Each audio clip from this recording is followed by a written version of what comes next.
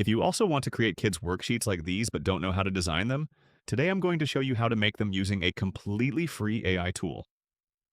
First, go to the description and open the document link. Inside, you'll find the prompt along with a form that you need to fill out. Now, copy the prompt and open ChatGPT. Paste the prompt into ChatGPT. Next, fill in the required information. I'll be using the sample letter provided, but you can use your own content.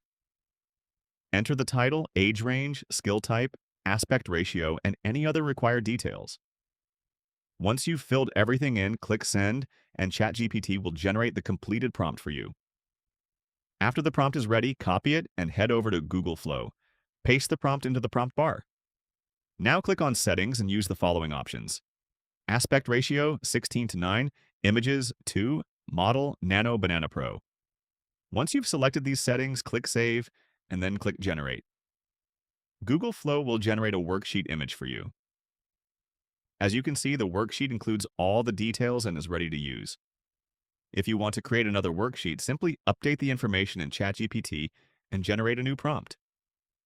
Then paste the new prompt into Google Flow and generate another worksheet.